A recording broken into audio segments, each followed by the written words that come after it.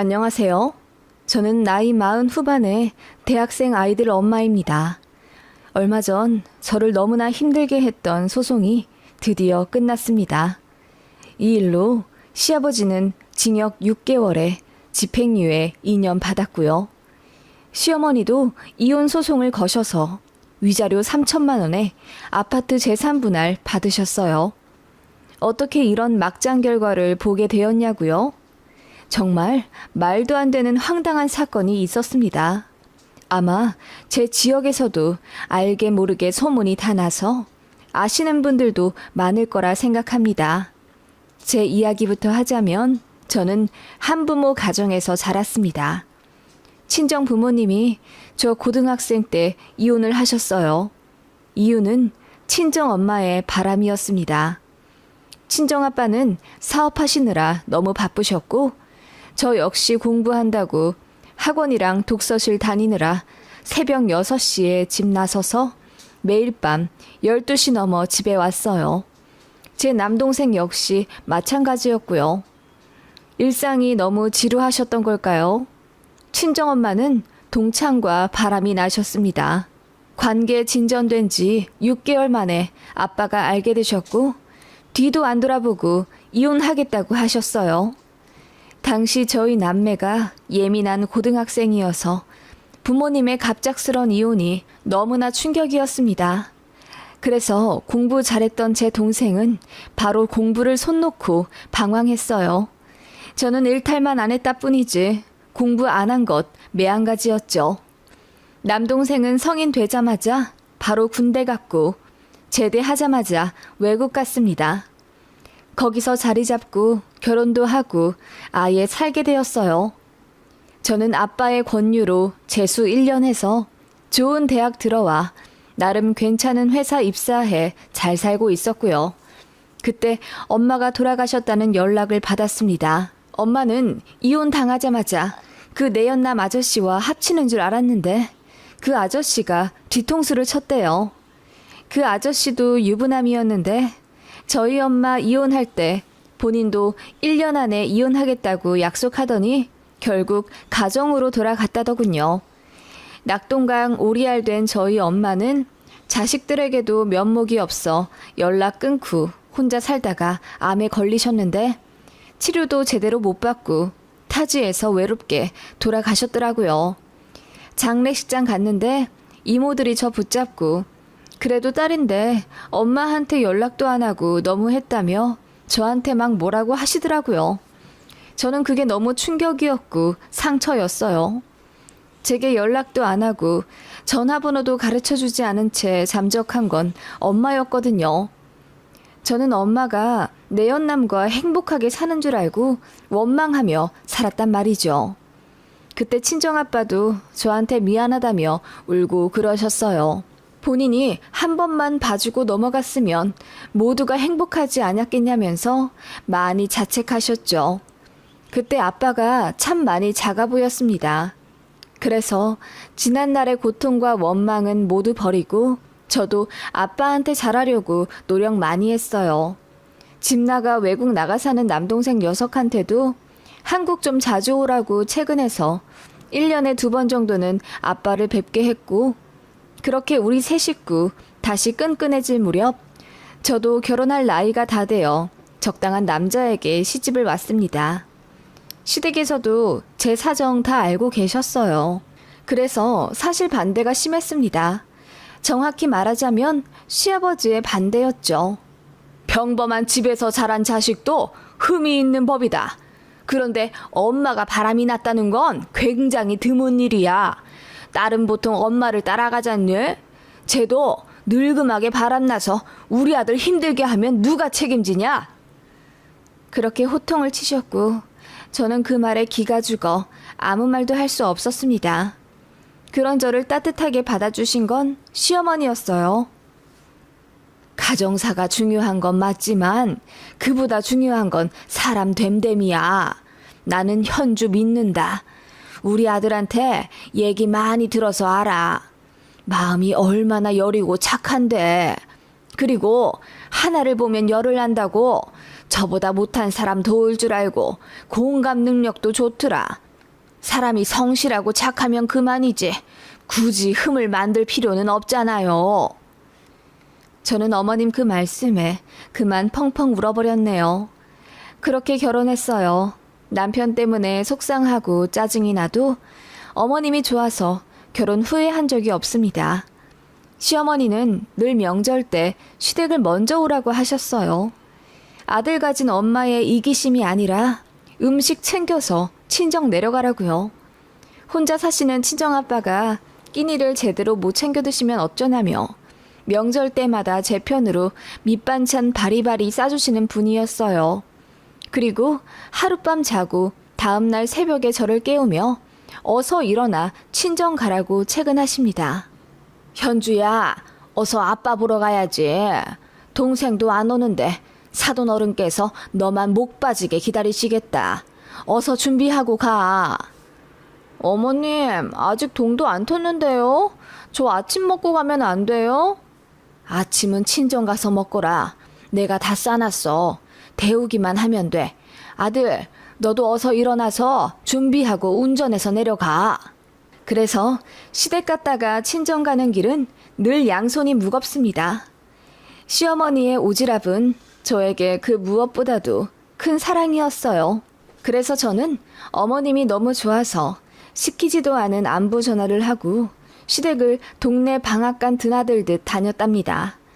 여전히 저를 마음에 들지 않은 아버님이 좀 무섭긴 했지만 시어머니만 보면 모든 걸 잊을 수 있을 만큼 편안했어요.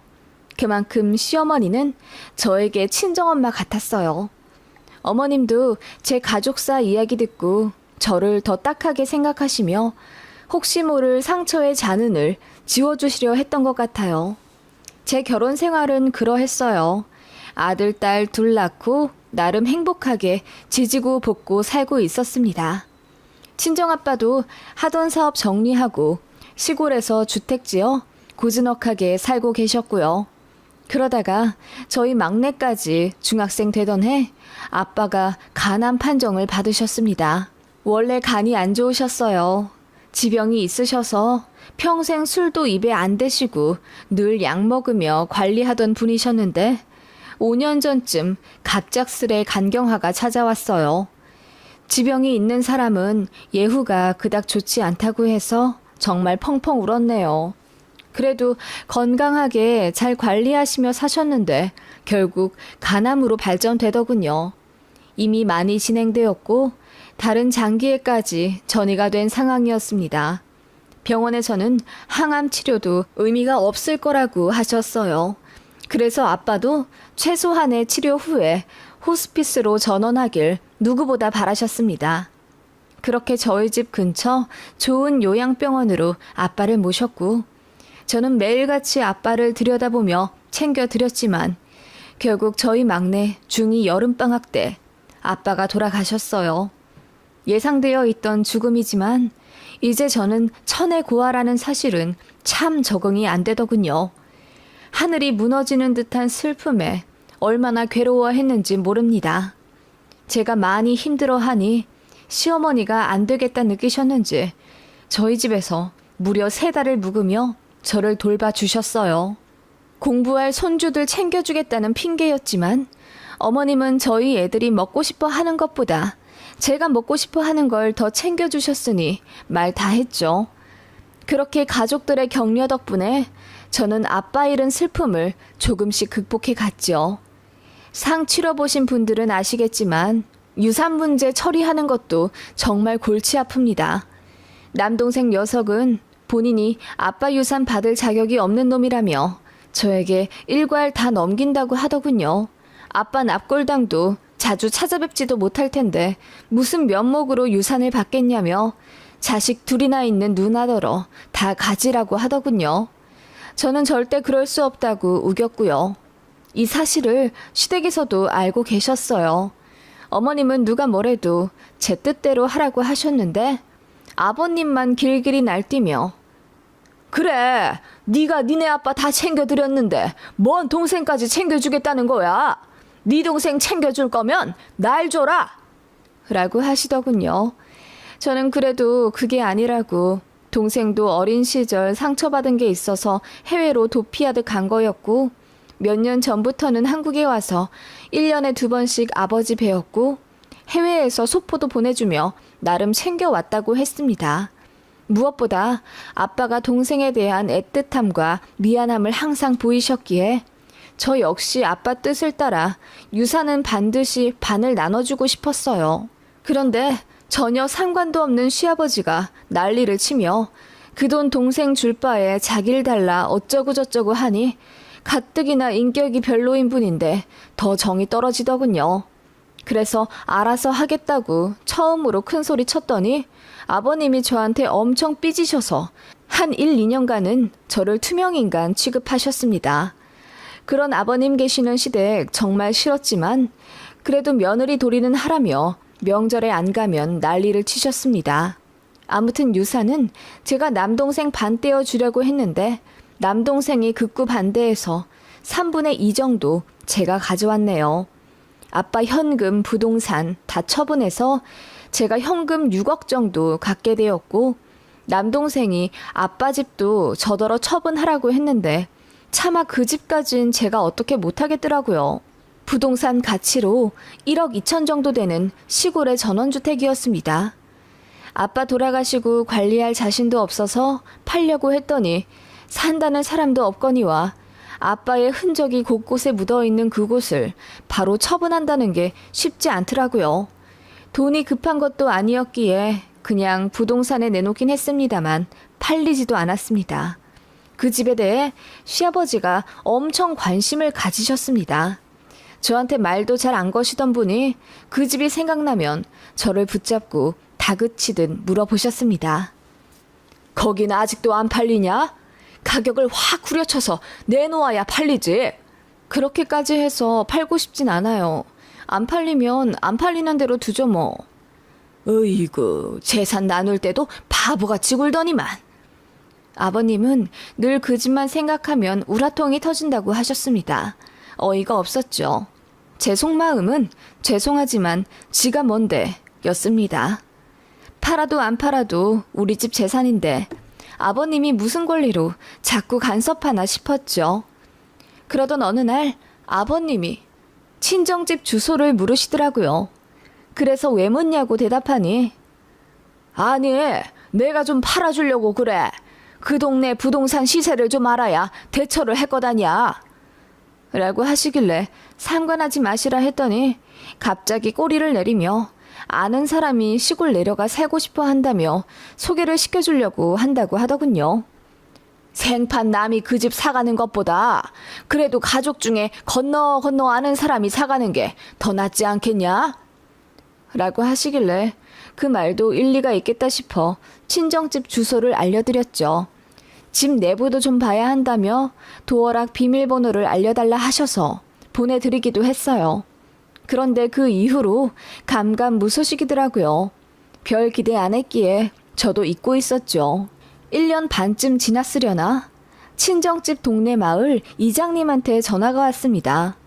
아빠 돌아가시고 나서 집 문제 때문에 제 전화번호를 이장님께 알려드렸거든요. 이장님이 화가 난 목소리로 이봐요. 공용 수도를 함부로 쓰면 어떻게 해? 사용료를 내고 써야 한다니까. 밑도 끝도 없이 수도 사용료를 내라는 이장님의 말씀에 저는 놀라서 그게 무슨 말씀이냐고 물었죠. 그러자 이장님이 그러시더군요. 아무리 가끔 쓴다고 해도 이 정도로 많이 끌어가는 건 돈을 내야지. 마을 사람들 다 돈 냈어. 시골 인심 박하다고 하지 말고 시아버지한테 잘 말씀드려서 이번 달까지 사용료를 내시오. 아니 이장님 무슨 말씀이신지 모르겠어요. 전화 잘못 거신 거 아니에요? 어? 돌아가신 체리나무집 딸 아니요? 맞아요. 그런데 그 집 수도를 쓰다니요? 아시다시피 저 거기 안 간 지 1년이 넘었는데요. 무슨 문제라도 있나요? 어? 시부모가 주말마다 와서 별장으로 쓴 지 반년이 넘었잖아. 네? 저희 시부모님이요? 그럴 리가 없는데요. 제가 화들짝 놀라자 이장님이 더 기겁하시며 작년부터 1, 2주에 한 번씩 주말에 와서 마당에서 고기도 구워 먹고 가고 날씨 좋을 땐 계곡에서 놀다 가고 그러지 않았냐면서 누가 제 시부모라고 사칭한 것 같다고 난리를 치시는 거예요. 전기도 안 들어오는 집을 별장으로 쓴다니까 우리도 의아했지. 그런데 괜찮다면서 아예 휴대용 발전기까지 갖고 왔다고. 그리고는 씻을 물이 없다고 옆집에서 호스로 물을 끌어다가 썼다는 거야. 1년에 한두 번이면 이해하겠는데 한 달에 한두 번이 거진 1년이 다 되어가니 내가 말해야겠다 싶어서 전화를 한 거지. 시부모란 양반들 전화번호를 내가 모르니까. 저희 시부모님은 일단 아니에요. 갈 일도 없을 뿐더러 가시면 가신다고 말씀을 하시죠. 일단 그 집 누가 쓰고 있는 건 확실하죠? 그럼 확실하지. 그럼 제가 경찰 신고를 좀 해놓을게요. 경찰차 왔다 갔다 해도 이웃분들 놀라지 마시라고 이장님이 말씀 좀 해주실래요? 저는 그때까지만 해도 도둑이 든 줄 알았어요. 그 집이 빈집인 줄 알고 누군가 무단으로 쓰고 있는 게 분명하다고 생각했죠. 그래서 경찰 신고를 하고 그 다음날 친정집에 갔습니다. 정말 집을 누군가 사용한 흔적이 있더군요. 그리고 마당에 제초제도 뿌려놨는지 풀도 죽고 나무도 거의 반 이상 죽었더라고요. 그런데 이상한 점은 도어락이 전혀 파손되지 않았다는 거죠. 비밀번호를 치고 들어왔다는 거예요. 경찰이 번호 누구에게 알려준 적 있냐고 묻길래 예전에 시아버지가 집을 본다고 하셔서 알려드린 적이 있다고 했더니 그럼 그때 유출된 것 같으니 아버님께 말씀드리라더군요. 그래서 시아버지한테 전화를 해서 자초지종을 이야기했는데 아버님이 버럭 화를 내시며 아니, 그렇다고 경찰에 신고를 해? 넌 무슨 생각으로 그렇게 일을 크게 벌리냐? 라고 하길래 무단 가택 침입을 무려 1년이나 누군가가 해왔으니 당연히 조사해야 한다고 말했죠. 그랬더니 아버님이 상상도 못할 말씀을 하시는 거예요. 사실 내가 가끔 갔다. 가슴 답답하고 힘들 때 갈 데가 없더라고. 그래서 사돈께 너무 미안하지만 그 집을 조금 썼어. 내가 미리 말 못한 건 미안하다만 나도 집 관리 좀 해줬다. 완전 폐가 갔더라고. 그래서 내가 제초제도 뿌리고 먼지도 좀 걷어내고. 아버님, 제가 부탁드린 것도 아닌데 왜 맘대로 그렇게 하세요?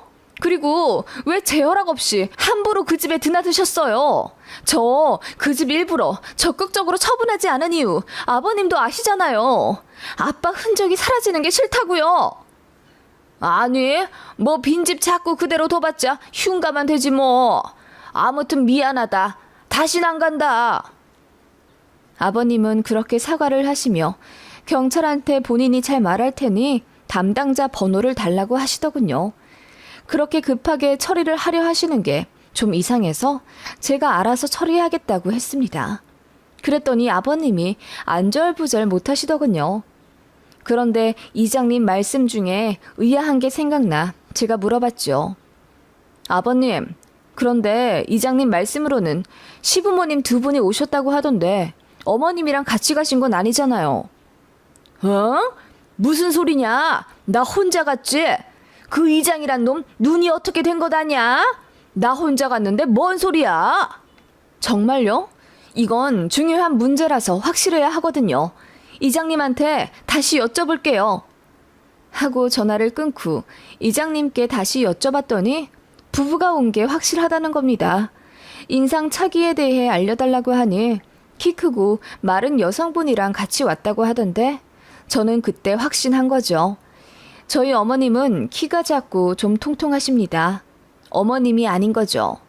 아버님이 바람이 난 게 분명하고 저희 친정아빠 집을 밀실로 사용한 게 분명했습니다. 아버님께 전화를 걸어 돌아가신 우리 아빠 집에서 대체 뭔 짓을 한 거냐고 소리를 질렀습니다. 그러자 아버님이 한 번만 모른 척 해달라며 애걸복걸 빌더군요. 네 시애미 알면 난리 난다. 너도 알지 않니? 그 옆편에 혈압 있는 거. 네가 말하면 우리 집사람 쓰러져. 너 네 시엠이 불쌍하게 만들 거야? 너만 참으면 다 해결된다. 나도 그냥 잠깐 만난 여자야. 정리하려고 했어. 정말이야.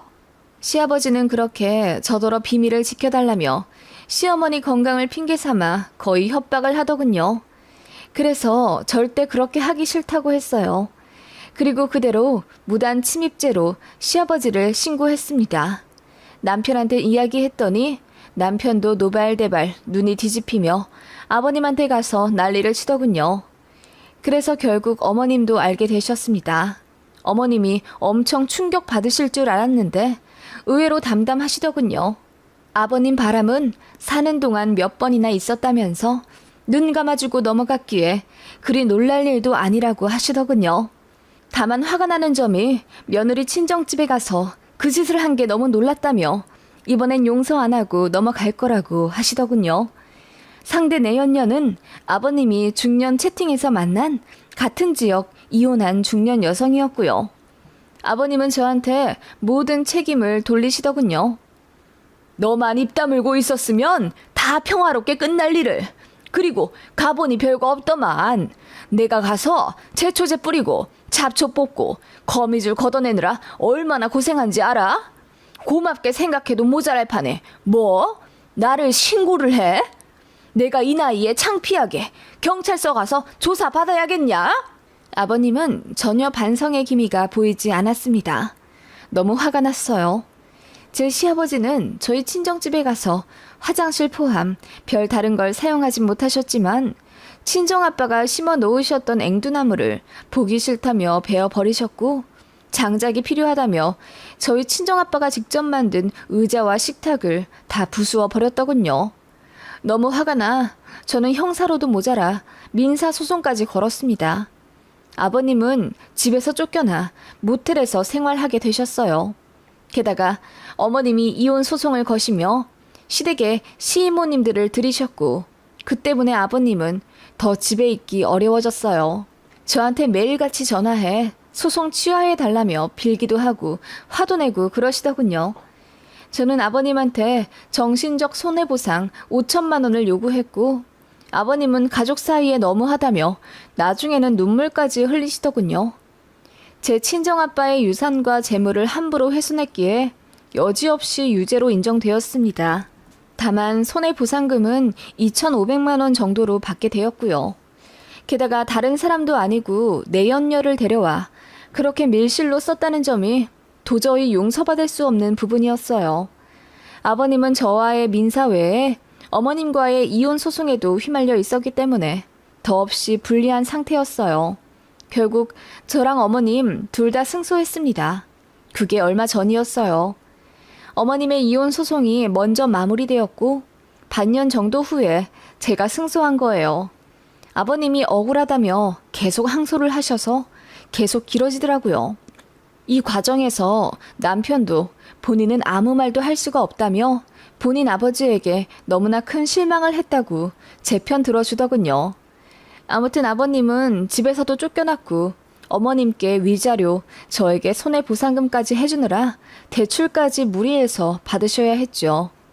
그리고 지금은 고향 어디 내려가 단칸방 잡으셨다고 들었는데 궁금하지도 않네요.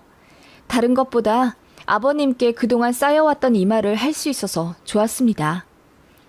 나더러 엄마가 바람 피워 이혼한 반쪽짜리 가정에서 자라서 저 역시 못 믿어올 인간이라고 하셨죠? 아버님은 그런 말할 자격이 전혀 없는데 대체 왜 저한테 상처 준 거예요? 그리고 딸은 엄마의 길을, 아들은 아빠의 길을 간다면서 제 결혼 반대하셨죠? 그러면 애들 아빠도 아버님처럼 악질로 바람 피우는 불량품이겠네요. 심지어 돌아가신 사돈집에서 바람을 피울 생각을 하는 건 인간이라고 볼 수가 없는데 대체 뭐가 잘나서 저한테 갑질하셨어요? 제가 소리를 지르며 발악하자 아버님은 고개를 푹 숙인 채 아무 말씀이 없었습니다. 그렇게 다 끝났네요. 어머님은 이혼 다 정리하고 저희 집 근처 19평짜리 아파트로 이사와 여행 다니고 친구들 만나며 잘 살고 계십니다.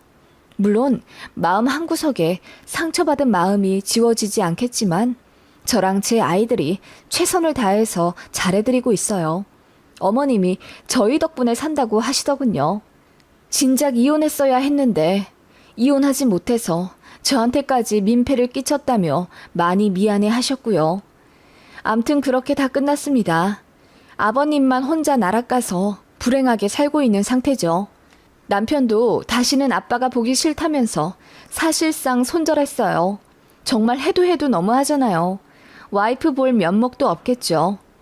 다시 생각해도 저희 시아버지 정말 너무하지 않나요? 세상에 이런 인간이 다 있다니. 인두껍을 쓰고 어떻게 이럴 수가 있는지 판사도 황당해 하더군요. 여러분 생각은 어떠세요? 소송까지 건 제가 정말 너무한 건가요?